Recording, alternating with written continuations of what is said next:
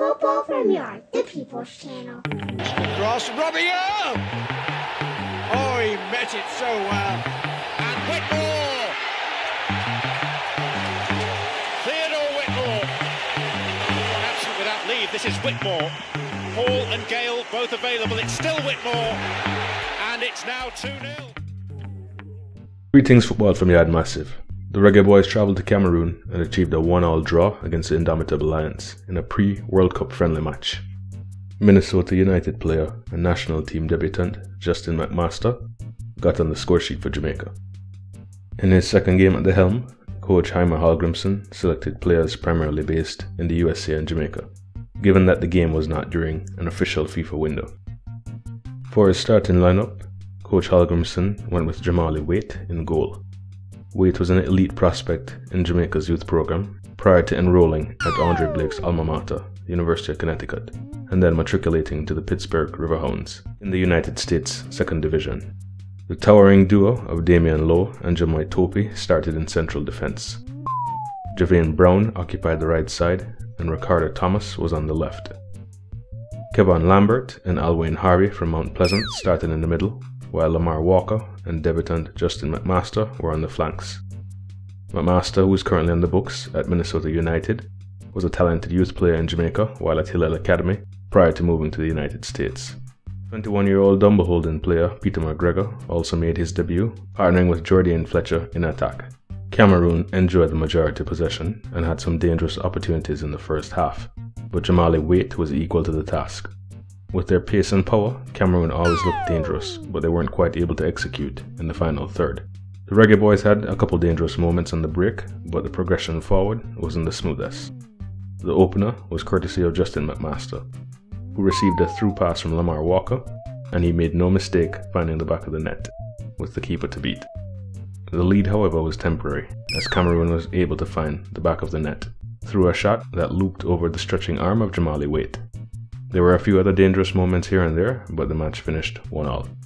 It was another opportunity to assess players and for the coaching staff to be able to identify the strengths and weaknesses of a number of players in the player pool. Jamali Waite had a solid showing throughout the encounter. He made a number of good saves and displayed tidy footwork on the few occasions it was called for.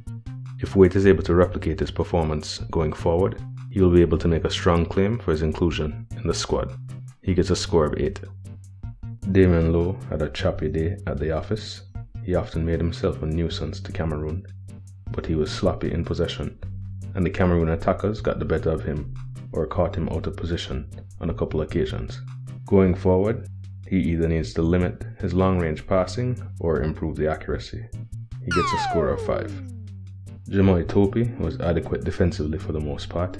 On occasion he was out of position, but was mostly equal to the task of the Cameroon attackers. He looked sharper than he has in previous outings for the Reggae Boyz, and in possession he mainly kept it simple. There is room for improvement, however, when he attempts long passes. He gets a score of 6.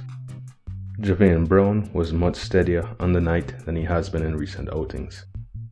He was able to match most of the Cameroon attacks on his flank, and wasn't overplaying the ball as he has been doing in recent games. He probably could have provided a bit more support in attack, but should go home feeling that he gave the coach a good showing. He gets a score of 7. Ricardo Thomas was very busy up and down the left flank. He had some promising moments early on, but was sometimes let down in possession or in defense by a poor final ball or poor final choice. Thomas will need to refine his game further to firmly establish himself as a permanent member of the squad. He gets a score of 5. Kevin Lambert was solid in the first half, serving as an anchor in the midfield. He effectively shielded the back line and kept things simple in possession. He needs to be a bit more active off the ball and more purposeful in possession, but has generally been solid since his return to the national setup. He gets a score of 6. Alwyn Harvey was very combative in the first half and was one of the players who looked like they had the ability to match the pace and power of the Cameroon team. Harvey seems like a player with the potential to improve further and increase his productivity if he gets into a professional setup. He is, however, rough around the edges. He had a couple of opportunities close to the opposition 18-yard box, but his shots were wayward. He gets a score of 5. Lamar Walker was his usual busy self on the left flank and had an assist that led to Justin McMaster's goal. Apart from the assist, he had a number of dangerous plays but wasn't as tidy in possession as one would hope. Walker is always a live wire during games, but he has to get a bit more consistency with his play. He gets a score of 6. Justin McMaster, with his pace, always looked dangerous going forward, even though there was no end product in the first half. That changed in the second half as he was able to get the ball into the back of the net. It was certainly a good debut for the player, and based on his performance and versatility, one would expect to see him in the player pool going forward. McMaster gets a bit extra for the goal. He gets a score of 8. Peter McGregor was anonymous for most of the match, and he really didn't get into the rhythm of the game. There wasn't much service, and he wasn't particularly impactful when he did get service. He gets a score of 4. Jordan Fletcher similarly suffered from a lack of service, but had slightly more of an impact than his strike partner. Fletcher is on a much better trajectory than he was a couple years ago when his career seemed to be on the wrong track, but it's going to be hard for him to make his mark if the team continues to play this style when in possession of the ball. He gets a score of 5. All in all, it was a solid result for the team and a decent showing from a few of the players. More importantly, Coach Hallgrimsson had an opportunity to evaluate players on the periphery of the pool to determine whether or not they'll play a role or have the capacity to play a role going forward. A series of official competitions take place next year, and when those squads are selected, we'll have a good idea of who has impressed the coaching staff thus far and who may be riding off into the sunset. Respect once more. Linkage next time. Cross, Robbie!